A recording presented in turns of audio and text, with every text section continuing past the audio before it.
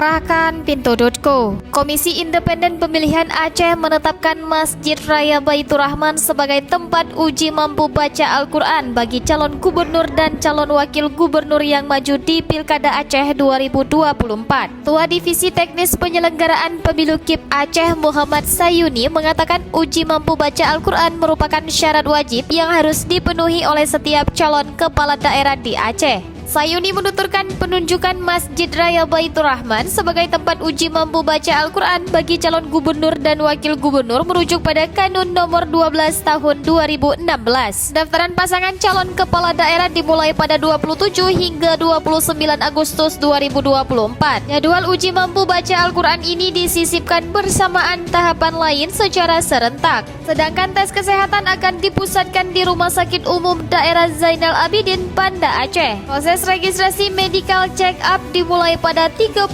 Agustus 2024. Mau tahu berita terupdate tentang Aceh? Baca berita selengkapnya di Pintu.co.